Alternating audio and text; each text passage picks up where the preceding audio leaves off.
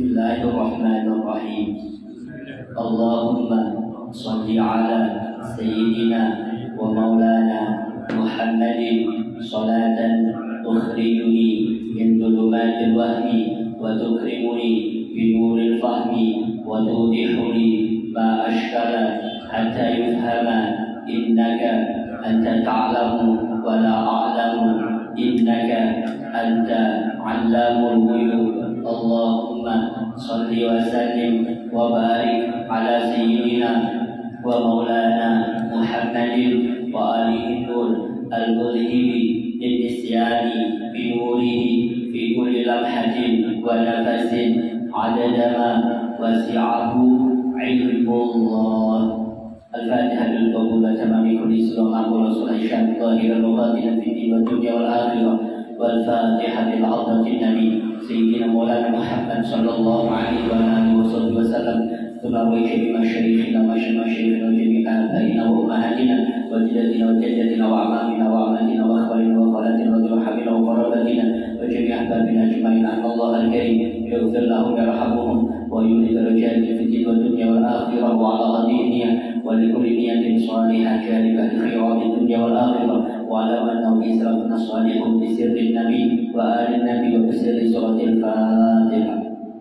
أعوذ بالله من الشيطان الرجيم. بسم الله الرحمن الرحيم. إياك نعبد وإياك نستعين اهدنا المستقيم صراط الذين أنعمت عليهم غير المغضوب عليهم ولا الضالين. بسم الله الرحمن الرحيم. الحمد لله رب العالمين والصلاة والسلام على أشرف الأنبياء والمرسلين سيدنا مولانا محمد وعلى آله وصحبه أجمعين. Subhanallah walhamdulillah wa la ilaha illallah wallahu akbar wa la hawla wa la quwwata illa billahil aliyyil azim.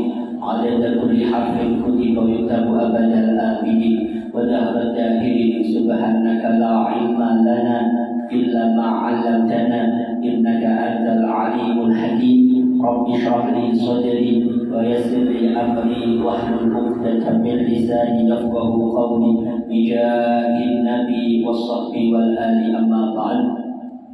Faqala al-musannifu hafizahullah wa ra'ah wa nafa'ana bihi wa bi ulumihi fid dharain amin. Ila anqal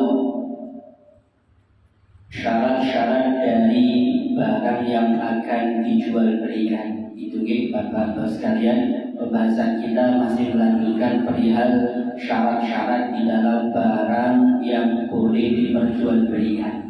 Adapun kemarin sempat kita membahas perihal syarat-syarat dua orang yang melakukan transaksi, yaitu si pembeli maupun si penjual. Kedua-duanya persyaratannya harus mutlak tasarruf, harus boleh mentasarrufkan akan hartanya. Setidaknya orangnya sudah balik, orangnya berakal. Kalau belum balik dan berakal maka tidak boleh atau tidak sah transaksinya.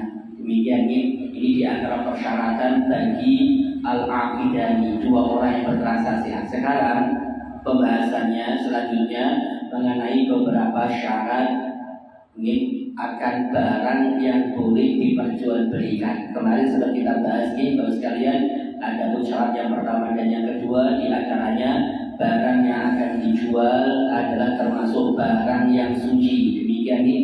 Jadi tidak boleh menjual barang yang hukumnya najis. Beda dengan yang mutanajis, karena istilah najis sama mutanajis itu beda.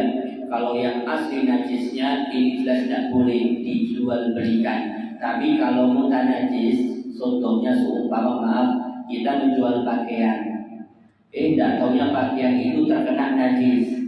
Pakaiannya kan hukumnya suci karena memang terbuat dari bahan-bahan yang suci, dari kain yang suci. Cuma kebetulan terkena najis. Apa dasar kita menjual baju tersebut? Sah, tidak mengapa, karena memang tidak asli najis. Kalau asli najisnya kan tidak bisa disucikan, maksudnya nih kayak kotoran, terbuat dari kotoran.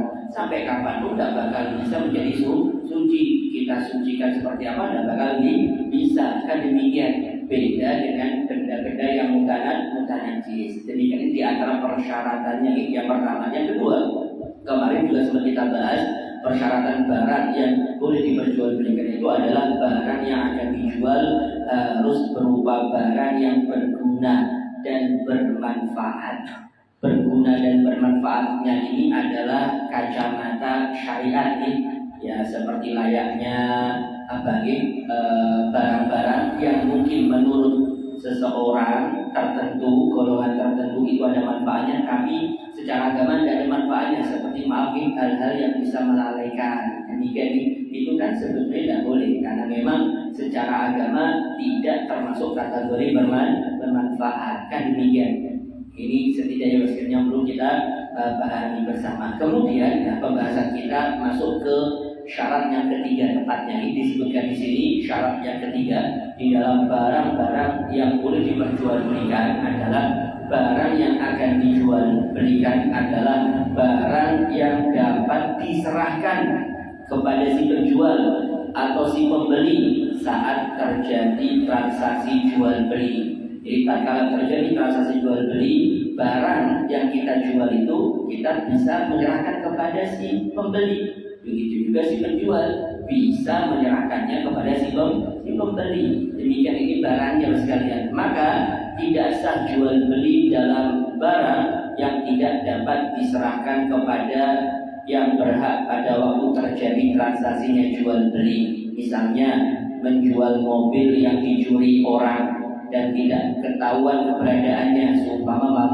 mobilnya si A ini dicuri, kemudian dia mengatakan, aku jual kepadamu mobilku yang dicuri. Akhirnya orang yang membeli itu mau membelinya dengan harga murah dalam anggapan dia, nanti kalau ketemukan ya lumayan. Dan tidak bisa, alasannya apa? Tidak bisa diserahkan, mau tidak tahu keberadaannya di mana. Kan ini walaupun itu barangnya nggak sah, walaupun nanti dengan anggapan maaf nanti kalau ketemukan tidak apa-apa, untung-untungan tidak bisa, karena jual beli itu bukan untung-untung. Pas kalau tidak ketemu rugi. Ya kalau ketemu mungkin dia untung dengan membeli dengan harga murah, yang jelas tidak bisa, karena itu barang ya karena dicuri orang dan tidak tahu di mana keberadaannya, tidak sah, karena alasannya barang itu tidak dapat diserahkan. Alasannya ini walaupun barangnya suci, walaupun barangnya tadi itu ya bermanfaat, tapi syaratnya ketiga tidak ada, yaitu tidak bisa diserahkan kepada si pembeli. Demikian ini syaratnya sekalian. Atau mobil itu dijadikan sebagai harga dari barang yang akan dibelinya. Mobil itu dijadikan sebagai harga dari barang yang akan dibelinya, atau jadi makin ya tidak bisa sekalian. Kalau mobil itu dijadikan harganya, maksudnya berarti dia membeli mobil dengan mobilnya, kebetulan mobilnya itu dicuri orang. Mungkin yang dicuri orang itu mobilnya Alphard, yang dicuri orang. Mobil kita ini Alphard semua ini, tapi hilang, dicuri orang, tidak tahu beradanya di mana. Kemudian kita mau beli mobil yang murah, kemudian kita katakan nih, aku beli mobilmu ini yang biasa ini dengan mobil Alphardku yang hilang. Ya tidak bisa, alasannya mobil tadi itu yang jadi harga. Kan berarti kalau kan kemarin ada taman, ada musman, intinya musman itu ya harga di sini tidak harus berupa uang, karena bisa jadi transaksi itu menggunakan barang. Ya kalau mobil Alphard di sini kan dengan contoh tadi, maka mobil Alphard ini sebagai uang, sebagai musman, harga sebagai harga tidak bisa, karena harganya tidak bisa diserahkan. Karena mobilnya bisa diserahkan, mobil Alphardnya, karena hilang tadi. Kan demikian. Jadi bagaimana? Ya tidak sah. Kecuali kalau mobilnya ada bisa diserahkan sebagai harganya, ya sah, nggak apa-apa. Jadi intinya sekalian, pokoknya harus bisa diserahkan, baik itu menjadi barang atau menjadi harga. Ini mungkin sedikit agak harus dipahami. Kalau taman itu berarti harganya, kalau musman itu barangnya. Karena tidak semuanya harus berupa uang. Demikian sedikit sekalian. Ini yang mungkin perlu diperhatikan. Kemudian sekarang di sini, atau menjual burung yang berada di udara atau ikan yang ada di lautan, maka tidak sah, karena barang-barang tersebut tidak dapat diserahkan kepada yang bersangkutan saat transaksi jual beli. Jadi intinya sekalian, persyaratan itu harus bisa diserahkan. Demikian ya namanya juga jual beli, kalau tidak bisa diserahkan berarti tentunya di dalamnya akan ada goror, pas tidak ketangkep burungnya. pastikannya tidak kena juga dipancing, gimana? Hilang gripnya, kan demikian ini. Tentunya tidak boleh yang semacam itu, kecuali kalau sudah nyata bulunya ada di sangkar, kemudian ikannya ada, ya itu jelas sah transaksi demikian ini. Nah, ini baru sekali ini yang ketiga syaratnya. Kemudian sekarang yang keempat syaratnya adalah barang yang akan dijual belikan adalah milik si penjual. Oke, jadi barang yang diperjualbelikan itu adalah barang yang memang milik si penjual. Si penjual ini mau jual barang itu betul-betul harus miliknya, tidak boleh milik orang lain. Syaratnya gitu. Kemudian sedangkan harga berarti duitnya gitu, atau barang yang diberikan harga itu milik si pembeli harus. Jadi yang mau dijual itu harus betul-betul milik si penjual, yang harganya betul-betul miliknya si pembeli. Demikian ya. Atau keduanya mewakilkan, tidak apa-apa ya. Ini bukan milik saya ini, mobil ini, cuma saya sebagai wakil, ya tidak apa-apa karena maaf orang yang memiliki mobil tersebut mewakilkan kepada kita untuk menjual mobilnya, tidak apa-apa. Atau mungkin maaf tadi sebagai pembeli, ini bukan saya yang membeli sebetulnya, yang saya cuma sebagai wakil, ya boleh. Kalau memang si pembeli mewakilkan kepada kita untuk membeli mobil tersebut atau tertentu tadi, tidak apa. Intinya ya harus betul-betul miliknya si pembeli, jualan tadi, barang tadi, dan memang harganya itu miliknya si pembeli. Demikian ini harus macam itu. Kemudian ini bagian yang mungkin perlu kita perhatikan, ini rinciannya kata beliau. Maka kata beliau tidak sah jual beli fuduli. Apa itu jual beli fuduli? Yaitu menjual barang orang lain. Oke, menjual barang orang lain. Ya dasar ini bukan milik kita. Oke, mobil ini bukan milik kita. Saya jual ke orang. Ya dasar haram hukumnya. Ini milik orang, tidak berhak dan tidak sah transaksinya. Demikian ini dan berdosa.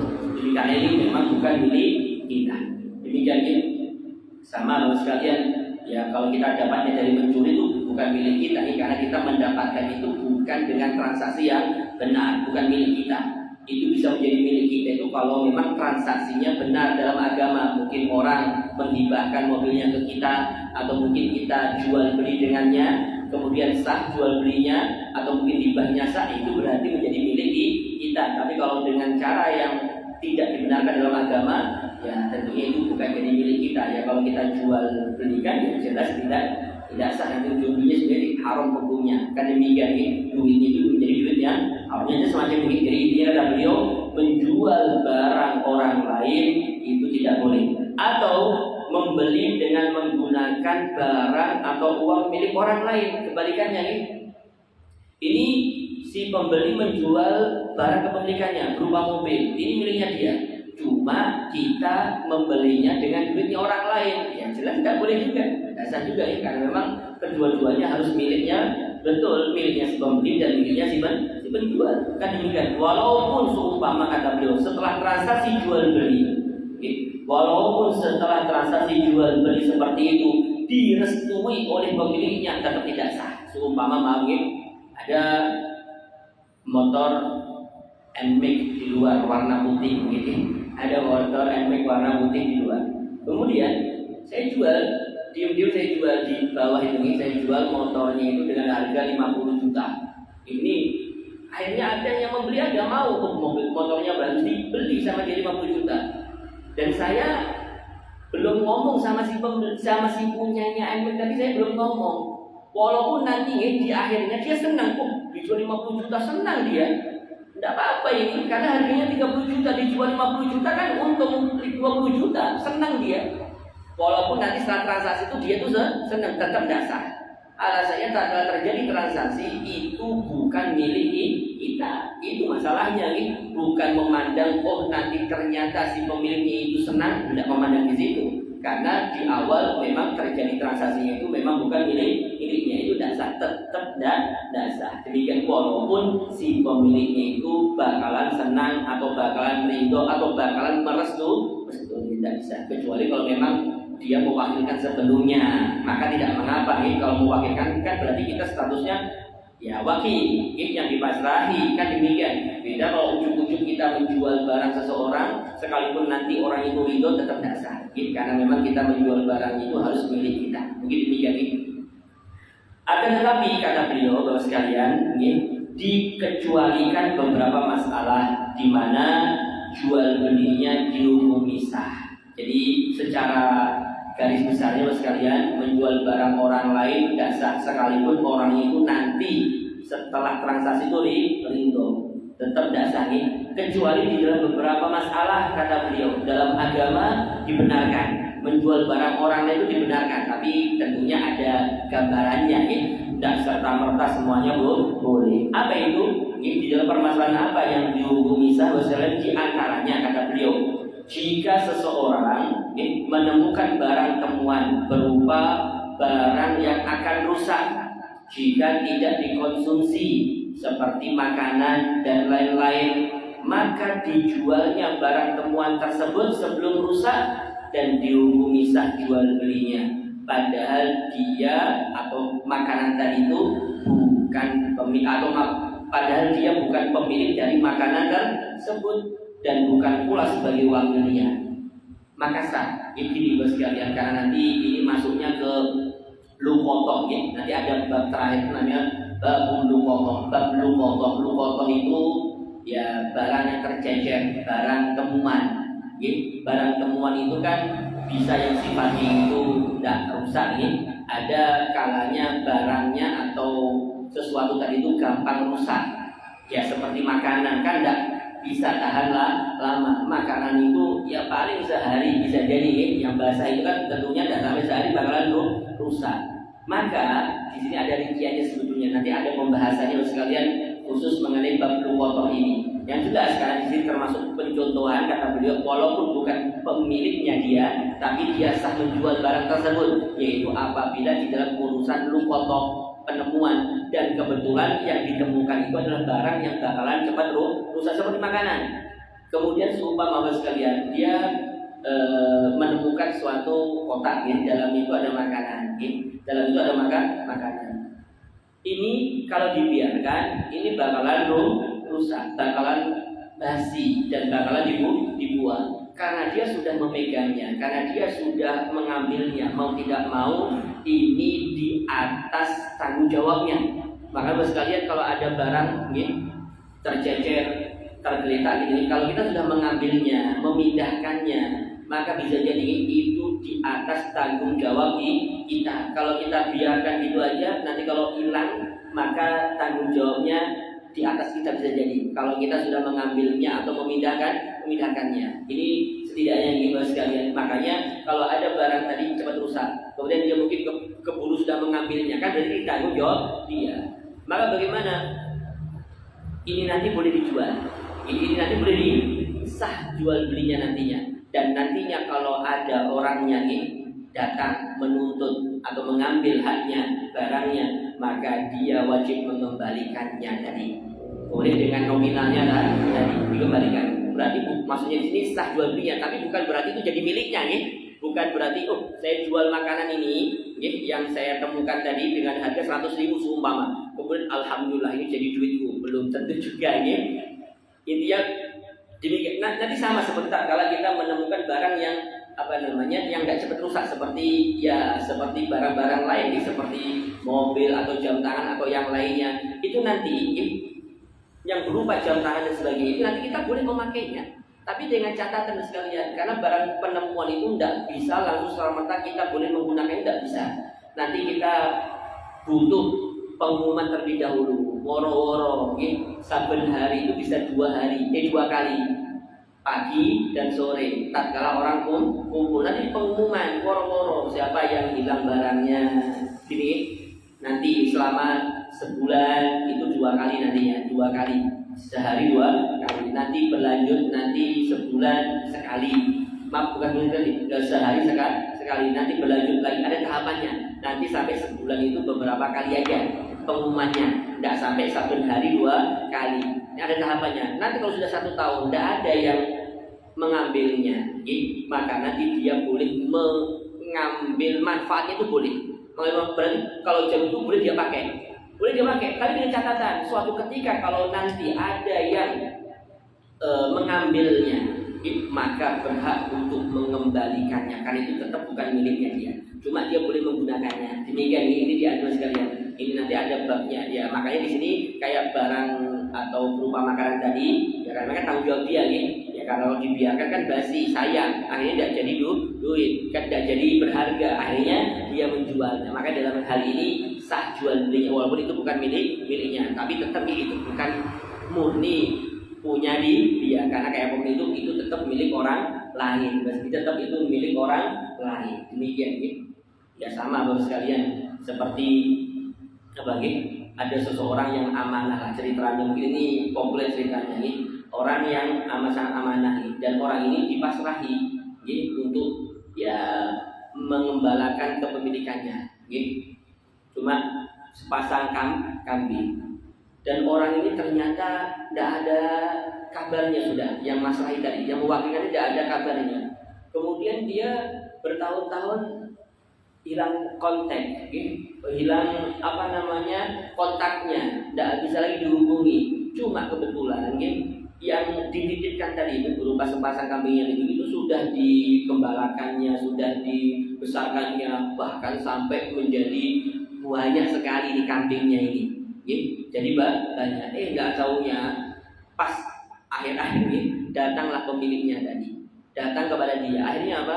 Semuanya diserahkan kepadanya, karena ini bukan miliknya, itu miliknya dia, miliknya orang tadi. Saking amanahnya dia tidak mau mengambil seperti ini. Makanya contoh-contoh orang-orang yang sangat aman, yang intinya bahwa sekali itu bukan miliknya dia, karena memang bukan diberikan. Jadi amanahnya sama seperti ini. Tatkala kita mengambil barang penemuan atau memindahkan, maka itu tanggung jawab kita. Demikian ya, mau tidak mau kita harus mengumumkan bahwasanya ya siapa yang kepemilikan siapa barang dan seterusnya. Demikian itu sekalian. Makanya untuk makanan yang cepat rusak tadi itu boleh kita untuk menjualnya, sah jual belinya, walaupun itu sejatinya bukan milik kita. Kemudian sekalian di sini, kemudian sekalian saya lanjut. Di antaranya lagi sekalian, barang yang akan dijual belikan harus diketahui oleh si pembeli dan harganya oleh si penjual. Disebutkan di sini barang yang akan dijual belikan harus diketahui oleh si pembeli dan harganya oleh si penjual. Jadi penjual tahu harganya, ya si pembeli juga harus tahu barangnya. Tidak bisa sekalian si pembeli mau beli barang tapi tidak tahu barangnya, ya tidak bisa. Kemudian si penjual juga harus tahu harganya, ini mau dibeli berapa, kan mau dibeli berapa, harganya berapa, barangnya ini dihargai berapa, harus jelas, harus diketahui.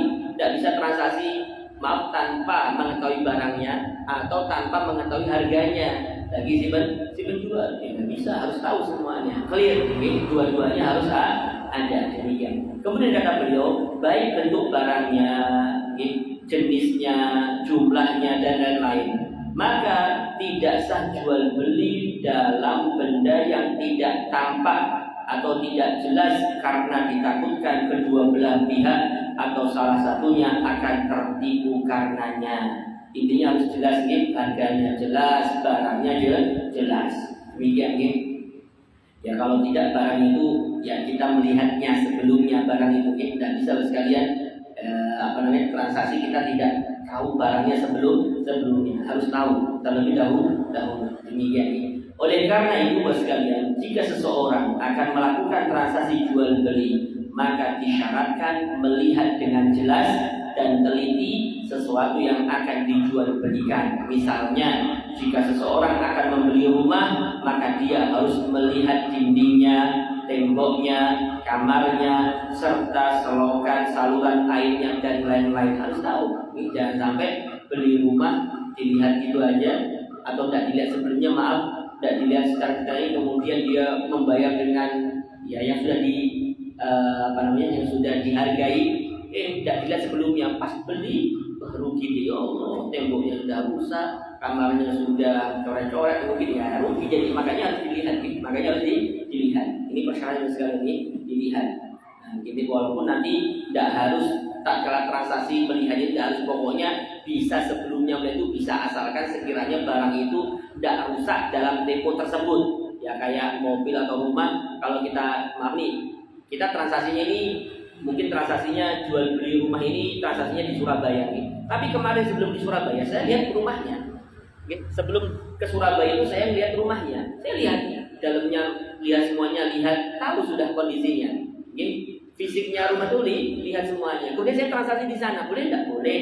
Ya karena memang dia sudah melihat, dan biasanya waktu itu tempo itu rumah itu tidak rusak. Beda kalau maaf ya, melihatnya kapan rumah itu? Melihatnya 2 tahun yang lalu melihatnya. Melihat rumah itu 2 tahun yang lalu. Kemudian transaksi dia di Surabaya mungkin maaf ya, kita tidak lihat sebelumnya, tidak lihat baru-baru ini. Lihatnya 2 tahun yang lalu. Biasanya kalau 2 tahun yang lalu itu ya tidak sebagus yang dia lihat sebelumnya. Bisa jadi sudah pada reok, rusak atau yang lainnya bocor, kan rugi nantinya. Intinya harus dilihat. Mungkin bagian sekalian ini ada masyarakatnya. Kemudian di sini kata beliau disyaratkan diketahui barang yang akan dijual belikan itu oleh kedua belah pihak, baik jenis, macam maupun ukuran serta jumlahnya dan lain-lain ketika terjadi transaksi jual beli itu. Adapun jika diketahui sebelumnya, ini gerejanya, jika diketahui sebelumnya maka hukumnya dapat diperinci sebagai berikut.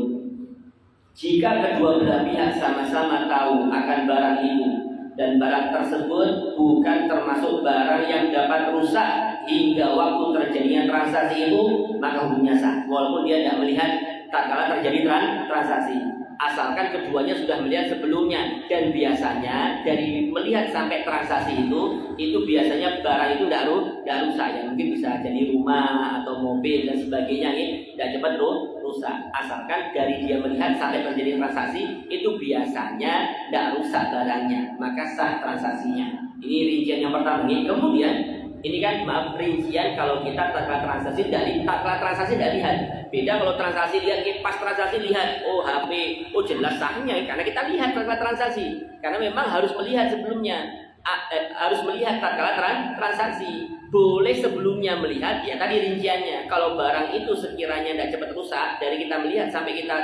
adakan transaksi, maka sah, tidak apa-apa. Intinya tidak apa-apa. Kemudian yang kedua kata beliau, dan jika salah satu pihak saja yang mengetahuinya sementara yang lain tidak, maka tidak sah. Harus dua-duanya melihat. Adapun jika kedua belah pihak sama-sama mengetahuinya, akan tetapi barang yang akan dijual belikan umumnya bukan termasuk kategori barang yang berkemungkinan rusak sebelum terjadinya transaksi tersebut, dan ternyata barang itu rusak setelah dibelinya, maka sah jual belinya.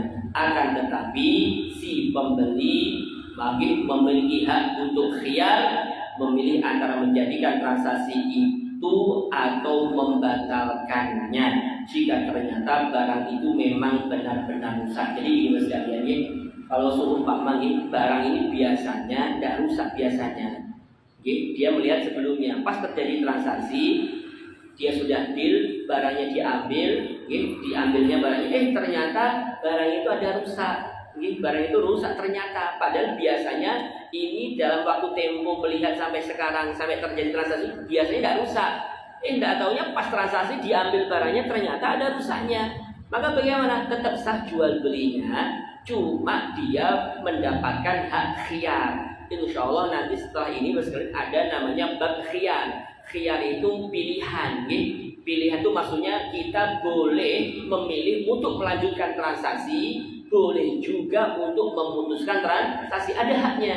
Nanti khiyar itu ada 3 ada khiyar majlis, ada khiyar aibin. Aib itu cacat. Tatkala terjadi transaksi, ternyata barang itu ada cacatnya, dan cacatnya itu memang sebelum ada transaksi tersebut, maka nanti boleh kita untuk membatalkan transaksi itu boleh, itu hak kita, boleh, boleh, dan kedua belah pihak boleh untuk menggunakan hak khiyarnya nanti di dalam khiyar syarat, dan sebagainya. Jelas demikian. Intinya mas sekalian, di sini tetap sah, walaupun nanti berhak bagi dia untuk menggunakan hak khiyarnya. Kalau dia mengatakan saya tidak jadi aja sudah karena ada rusaknya, tidak jadi saya beli, boleh, tidak apa, maka di waktu itu rusaklah akadnya. Demikian intinya boleh, itu namanya bab khiyar Bapak sekalian, nanti akan ada setelah ini. Demikian nih. Kemudian Bapak sekalian selanjutnya di sini Bapak sekalian ini perihal akad ijab dan qabul serah terima. Ini persyaratan di dalam akadnya yaitu ijab dan qabul. Kalau tadi Bapak sekalian itu syarat di dalam ya barang-barang yang akan diperjualbelikan itu syaratnya. Tadi saya ulang dari awal, barang yang diperjualbelikan itu syaratnya diantaranya harus suci. Demikian kemudian berupa barang yang berguna dan bermanfaat. Kemudian barang yang dijual belikan itu adalah barang yang dapat diserahkan tatkala transaksi.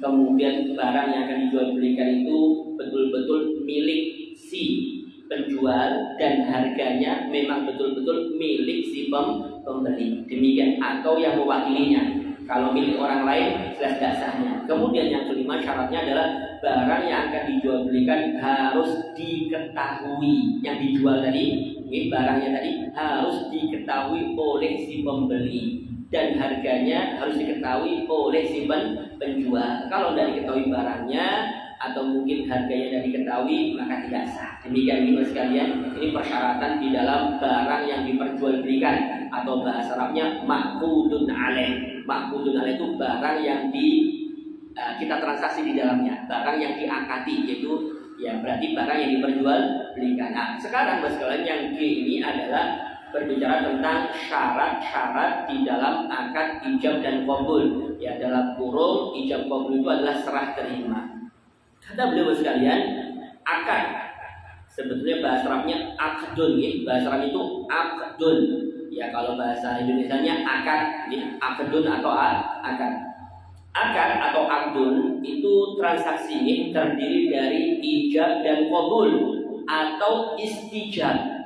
Istijab itu gini Mas sekalian, juallah barangmu kepada saya gitu dengan harga sekian. Dia minta dijual barangnya kepada dia. Beda kalau ijab qabul kan gini, saya jual HP saya kepada sampean dengan harga 1 juta tinggi seumpama, itu namanya ijab. Kemudian ada orang saya terima, saya beli, itu namanya qabul. Tapi istijab itu ya mirip-mirip. Istijab itu gini, Mas jual HP-mu ke saya dengan harga sekian-sekian, itu namanya istijab. Jadi minta untuk diijabkan, bahasa semacam ini. Jadi ayo jual ke saya aja, bahasa kan demikian sama-sama boleh juga. Itu bagian daripada ijab dan qabul. Ini bagian daripada ijab dan qabul. Intinya sah saja sekalian, asalkan nanti ada nominalnya dan seterusnya.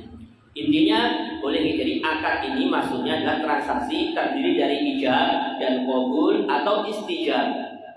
Sedangkan pengertian masing-masing adalah sebagai berikut. Ini dirinci oleh beliau ini. Akad ijab, akdu ijabin. Akad ijab adalah suatu ibarat ucapan yang menunjukkan pemindahan kepemilikan kepada lawan bicaranya dengan kata-kata yang sorry.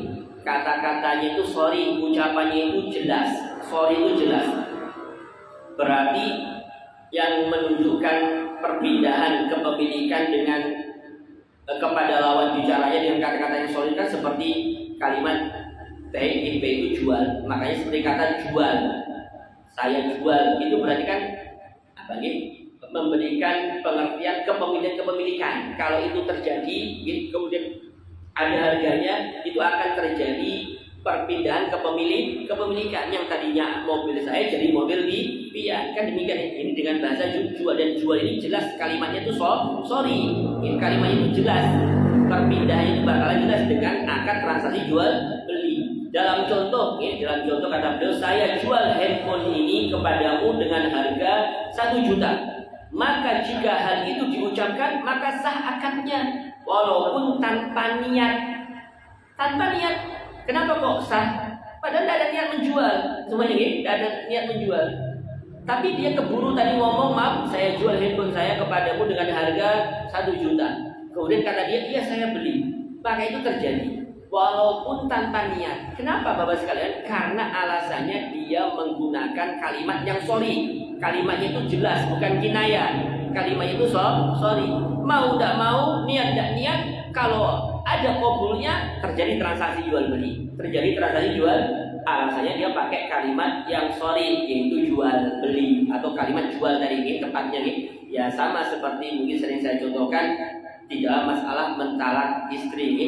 Kalau ada seorang suami mentalak istrinya dengan lafaz yang sorry. Lafaz sorry itu seperti apa? Cerai, talak itu sorry nih. Itu sorry. Maka tidak perlu ada niatan. Dalam artian kata si laki-lakinya, kata laki-lakinya, saya tidak niat menceraikannya, seumpama. Tapi dia pakai bahasa itu, pakai lafaz itu, pakai kalimat itu, maka gugurlah talaknya. Terjadi demikian nih. Walaupun tidak ada niatan untuk menceraikannya. Alasannya kenapa? Karena pakai kalimat yang sorry. Beda kalau kalimatnya itu kinayah. Seumpama ada seorang laki-laki dia mengatakan, sana, kamu pulang ke rumah orang tuamu. Itu kan ya bisa dua makna. Nyuruhnya itu nyuruh silaturahim ke rumah orang tuanya, atau nyuruh ya pulang. Maksudnya pulang itu maksudnya ya diceraikan, bisa jadi kan ada dua maknanya. Lah ini perlu niatan. Kalau kalimat itu kinayah perlu niat. Kalau niatnya mencerai, maka jelas jatuh cerainya. Tapi kalau niatnya tidak menceraikan, berarti ya tidak jatuh cerainya. Sama seperti jual beli ini. Kalau jual beli itu akadnya dengan kalimat sorry seperti jual, ini seperti kalimat jual, maka tidak perlu niatan. Pokoknya, saya tidak niat jual mobil ya. Nah kan, kenapa ngomong pakai kalimat jual tadi? Kan demikian, ada harganya, pas dikabulkan sama lawan bicaranya. Ya, terjadi nantinya, terjadi. Alasannya semacam itu, kalimatnya sorry. Demikian sekalian. Ini yang mungkin diperhatikan. Kemudian kata beliau, atau dengan kata-kata kinayah. Nah, ini kebalikannya sorry. Jadi ada sorry, ada kinayah. Apa itu kinayah? Yang tidak jelas, berarti menjual, bisa juga diartikan lainnya. Bisa diartikan menjual, bisa juga diartikan yang lainnya, bukan menjual, bisa jadi. Seperti misalnya kalau bahasa Indonesia seperti kalimat serah. Saya serahkan mobil ini kepadamu, semuanya dengan harga sekian-sekian. Serah ini kan bisa diserahkan gitu aja, atau dibeli gitu ya, atau dijual. Kan masih ada dua makna Bapak sekalian. Dalam contoh, saya serahkan handphone ini kepadamu dengan engkau memberikan saya uang sebanyak 1 juta. Kan ini apa nih? Dengan kalimat serah nih. Maka kalau dengan kalimat serah Bapak sekalian, maka di sini hukumnya sah jual belinya asalkan diniati ketika mengucapkannya dengan niatan menjual, maka sah. Jadi kalau niat itu menjual, ya kalau tadi kalau kayak talak itu niatnya mentalak, maka sah juga walaupun dia mengatakan pulang kamu ke rumah orang tua. Kan ini bahasa semacam itu. Ini setidaknya sekalian berarti itu menggunakan kalimat kinayah. Kalau kinayah harus perlu niatan. Jadi semacam itu sekalian. Jadi ini namanya ijab, yaitu suatu ucapan yang menunjukkan pemindahan kepemilikan dari satu ke yang lainnya. Seperti menggunakan kalimat jual. Ini namanya ijab. Kemudian berikutnya ada akad qabul. Ada ijab, ada qabul. Karena harus ada dua-duanya Ada yang ijab, ada yang qabul. Kemudian qabul ini apa Bapak sekalian? Akad qabul ini kata beliau adalah suatu ibarat ucapan yang menunjukkan kepemilikan, Kalau tadi kan memindahkan kepemilikan, saya jualkan berarti ingin memindahkan dari barang saya menjadi barang pian. Kan demikian, saya jualkan berarti kepemindahan kepemilikan. Nah, kalau qabul itu menunjukkan kepemilikan. Jadi dia kayak apa? Kayak menerimanya. Berarti kan itu pindahnya ke dia. Jadi itu menunjukkan akan kepemilikannya. Jadi kepemilikan suatu barang tersebut dengan kata-kata yang sorry. Kembali ke kata-kata sorry yang jelas tadi sorry itu. Seperti misalnya seseorang yang membeli handphone itu berkata, baik saya beli handphone ini dengan harga 1 juta. Baik saya beli. Berarti kalau beli kan berarti itu miliknya dia. Kan itu kata-kata yang menunjukkan bahwa itu kepemilikannya dia. Secara otomatis. Berarti bagaimana? Kalimatnya sorry, tidak perlu ada niatan. Niatan. Karena memang jelas menunjukkan itu kepemilikan itu dengan kata-kata beli. Demikian Kemudian ini ijab dan qabul nih. Jadi ada yang menyerahkan tadi, ada yang menerima. Kemudian di sini ada akad yang ketiga namanya istijab tadi. Seperti apa istijab Bapak sekalian? Nah, ini kata beliau adalah kata-kata yang menunjukkan permintaan pemindahan kepemilikan atau pemberian kepemilikan. Ini sesuatu baik dari si penjual atau si pembeli. Misalnya dari penjual dia berkata, dari penjual dia mengatakan belilah handphone ini, belilah handphone ini. Berarti kan nyuruh untuk dibeli, nyuruh untuk membeli barangnya si penjual tadi. Belilah handphone ini dariku dengan harga 1 juta. Kemudian si pembeli menjawab qabulnya dengan berkata, baik saya beli handphone ini dengan harga tersebut. Itu namanya juga istijab dari penjual, belilah. Atau dari pembeli yang ngomong semacam itu. Misalnya dia berkata, juallah handphonemu, ya kayak tadi saya contohkan tadi, juallah mobilmu denganku, kepadaku dengan harga sekian seumpamanya. Ya saya terima. Itu namanya istijab. Karena meminta agar dipindahkan kepemilikannya kepada dirinya. Tadi bisa dua belah pihak, bisa mengatakan juallah barangnya kepada saya atau belilah barang saya. Ini kurang lebihnya semacam ini namanya istijab.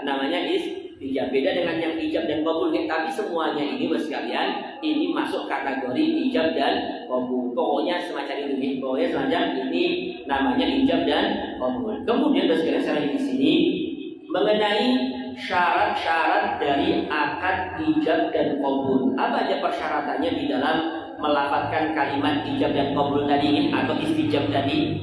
Kemudian kata beliau, kemudian harus diketahui bahwa akad transaksi ijab dan qabul mempunyai syarat-syarat tertentu, di mana jika tidak terpenuhi syarat-syarat tersebut maka tidak sah transaksinya. Dan hal ini bukan khusus dalam transaksi jual beli saja, akan tetapi dalam segala macam transaksi, baik dalam jual beli, akad nikah, sewa menyewa dan lain-lain. Ini harus ada. Karena memang ijab dan qabul itu memang termasuk bagian daripada transaksi-transaksi tertentu. Seperti nikah itu ada akadnya, ada ijab dan qabul. Syaratnya bagaimana? Sama seperti syaratnya ini juga. Tatkala kita mungkin sewa menyewa, nyewa barang dalam waktu tertentu dengan biaya tertentu, itu juga harus ada ijab dan qabulnya. Itu syarat-syaratnya sama seperti ini. Syarat-syarat di dalam jual beli. Jadi intinya kata beliau, syarat-syarat di dalam ijab qabul di dalam jual beli ini juga harus ada syarat-syaratnya di dalam transaksi lain, seperti kayak nikah, sewa menyewa dan yang lain-lain. Demikian ini sekalian. Nah, kemudian kata beliau, apa aja persyaratannya di dalam ijab dan qabul? Yang pertama kata beliau sekalian, antara ijab dan qabul tidak dipisahkan dengan kata-kata asing yang tidak berhubungan sama sekali dengan akad jual beli. Tidak ada kalimat yang memisah, dan kalimat ini adalah kalimat asing. Kalau bahasa Arabnya kalimat yang ajnabi, tidak ada kaitannya di dalam masalah transaksi ini.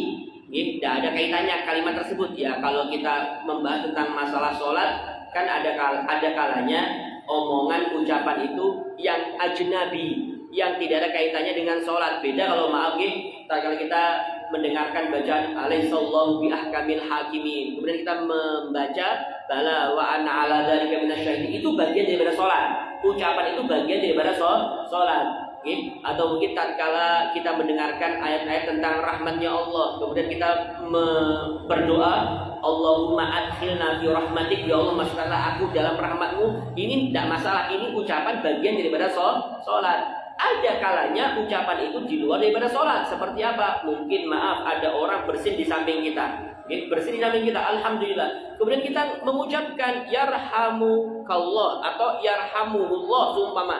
Maka yarhamukallah, yarhamullah itu tidak ada kaitannya di dalam sholat. Karena orang yang bersin itu di luar, orang bersin itu ya dia sholat lah, tidak ada kaitannya dengan dia. Berarti itu ucapan, kategori ucapan yang ajnabi, ucapan yang ajnabi. Nah, kalau bisa itu kalau menggunakan kalimat yarhamukallah, secara otomatis soalnya bakal batal. Soalnya dia bakalan batal kalau dia mengatakan yarhamukallah, semoga Allah merahmatimu.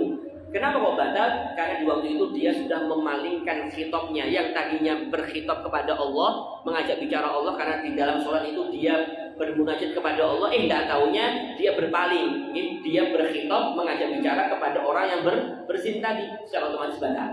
Dan memang ini ucapan ajnabi. Demikian ya. Ya sama tadi sekalian, tak kala kita mungkin baca Al-Fatihah. Di antara syarat membaca Al-Fatihah itu tidak ada yang memisahkan antara ayat dengan ayat yang lain. Tidak boleh ada yang memisahkan. Boleh memisahkan asalkan ucapan itu adalah ucapan bagian daripada sholat. Seumpama yang kayak tadi nih, bala wa na'ala dan syahidin. Kebetulan tadi saya baru baca iyyaka na'budu wa iyyaka nasta'in. Kemudian baca itu tadi, bala wa na'ala dan syahidin. Kemudian saya lanjutkan ayatnya Al-Fatihahnya. Boleh tidak? Boleh. Kenapa? Karena itu masih bagian daripada sholat, tidak terhitung memisah. Beda kalau tadi nih, kita ada orang bersin, kemudian kita baca yarhamuhullah biar tidak batal. Kita baca yarhamuhullah, kemudian kita mau melanjutkan bacaan Fatihah kita, tidak bisa, harus ulang dari awal karena dia sudah memisah bacaan di dalam Al-Fatihah. Jadi ini antara kalam ajnabi sama kalam atau ucapan yang bukan ajnabi. Ya, di sini sama sekalian. Setelah transaksi, tidak boleh antara ijab dan qabul itu diselingi dengan ucapan-ucapan yang tidak ada kaitannya dengan akad jual beli. Bahasanya ada pemisah kata-kata asing. Bahasanya kata-kata asing, kata-kata asing karena ajnabi itu orang lain, bisa dimaknai asing. Demikian. Maka kata beliau rinciannya, maka jika terjadi hal ini, maka akad tersebut tidak sah.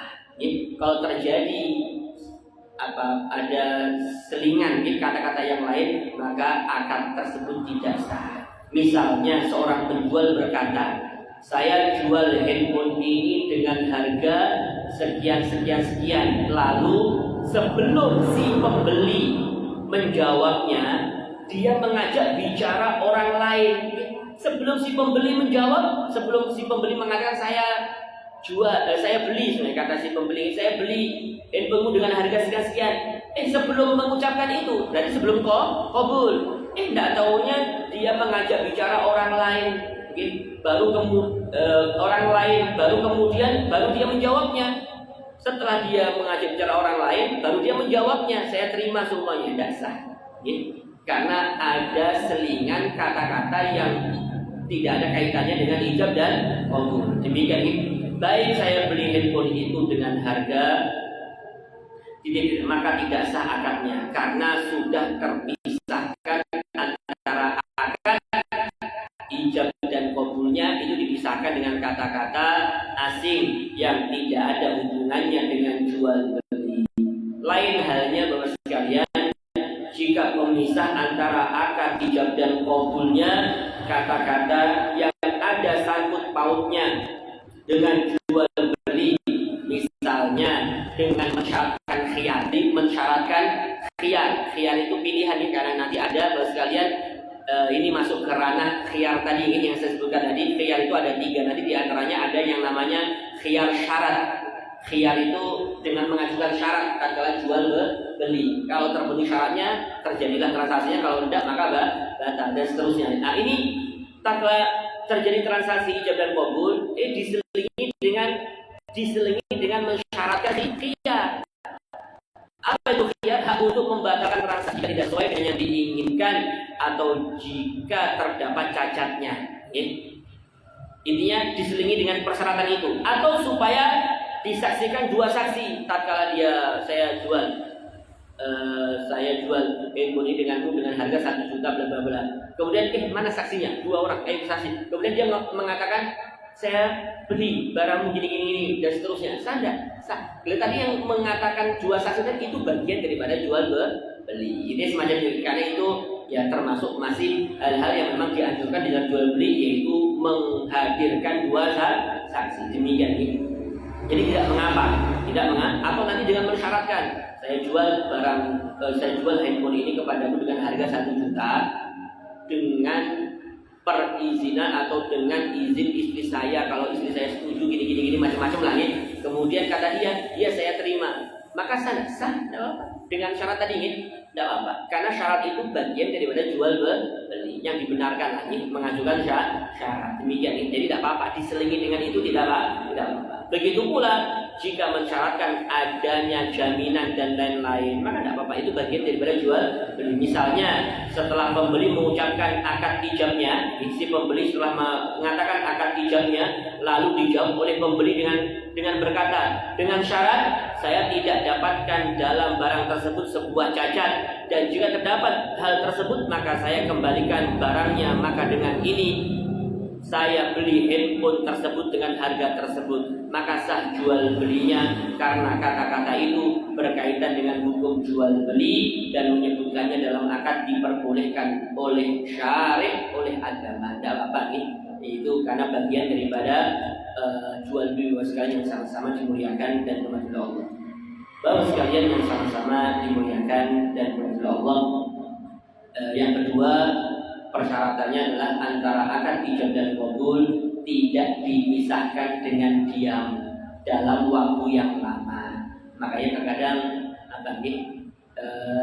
banyak orang tuh ijab dan qabul itu harus betul-betul langsung gitu, dalam artian tanggal nikah itu kalau sudah digoyahkan langsung disambar, langsung saya terima. Tidak harus juga kayak gitu, tidak harus gitu. Intinya memang harus langsung biar tidak ada pemisah. Cuma kita agak diam sebentar aja, asalkan itu tidak ada niatan untuk memisah, maka sah-sah aja. Kayak kemarin yang agak viral nih, yang pernikahan Luna Maya yang sempat viral di mana-mana, kan ada sempat sedikit ada jedanya. Banyak orang itu yang enggak sah nikahnya gini, ada jedanya. Ya kita katakan sah-sah aja, karena diamnya sebentar itu tidak mengindikasikan kalau dia itu menolak menerima menolak akad. Beda kalau diam lama, saya nikahkan engkau dengan Luna Maya bla bla bla supaya itu, kemudian dia diam itu seakan-akan seperti kayak menolak, jelas tidak sah. Kemudian setelah diam lama, kemudian dia baru saya terima nikahnya, tidak sah nih, karena memang diam itu terlalu lama dan mengindikasikan dia itu tidak mau mengkabulkan. Beda kalau karena memang cari ngambil nafas, namanya juga orang kan dibutuhkan waktu deg-degan juga. Beda kalau Mas Rudi kan sudah lihai, beliau sudah berpengalaman kan, beda lagi. Ini kalau yang baru-baru tak kala penghulunya diginiin tangannya, ya kan terkadang itu kan deg-degan, ngambil nafas dulu kemudian saya terima. Tidak apa sebetulnya kalau kita harus sini langsung ini, ya mempersulit. Tidak usah dipersulit, karena memang itu sebetulnya tidak harus macam itu, karena itu bukan termasuk seperti beda halnya kalau dia diam lama, sekiranya itu kayak enggan dia itu mengucapkan qabul, itu bisa jadi bermasalah. Tapi kalau dia mengambil napas atau belum berpengalaman lah, intinya tidak masalah. Itu tidak termasuk bagian daripada memisah antara ijab dan qabul, karena memang betul ijab dan qabul itu harus langsung. Tapi pengertian langsung itu bukan berarti langsung disambar itu, bukan. Mungkin demikian sekali, insyaallah mungkin ini kita bahas nanti lagi Bapak sekalian di dalam pertemuan yang akan datang. Wassalamualaikum sekalian. Mungkin sebelum kita tutup Bapak sekalian, mungkin ada yang ditanyakan maksudnya.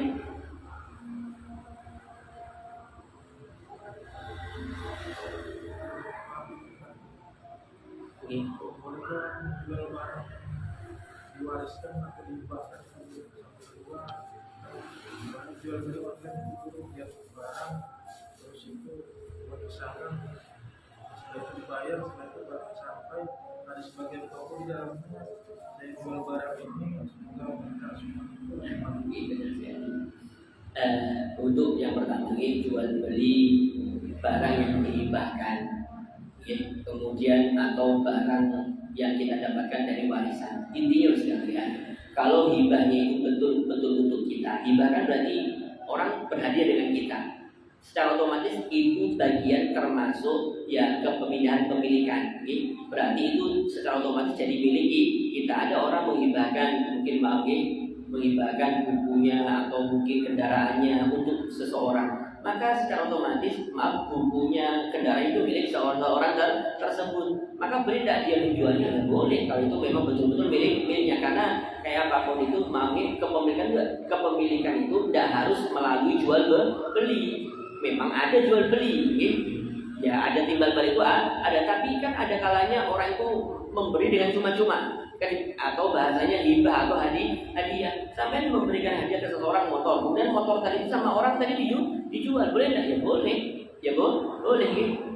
Setidaknya karena memang itu jadi miliknya, sah-sah aja. Atau mungkin warisan. Kalau memang betul itu warisan milik kita, jatah kita, maka boleh kita menjualnya. Beda halnya kalau warisan itu belum dibagi, belum tahu itu milik siapa, kan demikian. Karena warisan itu kan ya ada jatahnya masing-masing. Kalau memang itu miliknya dia, sudah diserahkan kepada dia, secara otomatis itu adalah barangnya. Kalau itu sudah jadi barangnya, ya boleh apapun yang mau dilakukannya, mau dia menghibahkan ke seseorang sah, mau menjual ke seseorang juga sah. Jadi semacam ini, karena kembali itu jadi miliknya, itu jadi barangnya. Karena tidak selamanya kepemilikan itu dari jual beli, bisa jadi dengan cara yang lain.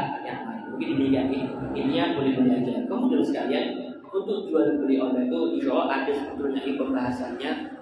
Karena nanti jual beli online itu masuknya ke, kata para ulama, masuknya ke akad salam. Salam itu perpesanan. Salam ini bukan panjang lamnya nih. Kalau panjang lamnya salam itu keselamatan atau mengucapkan salam, mendoakan keselamatan itu salam. Tapi di sini lamnya pendek. Akad salam.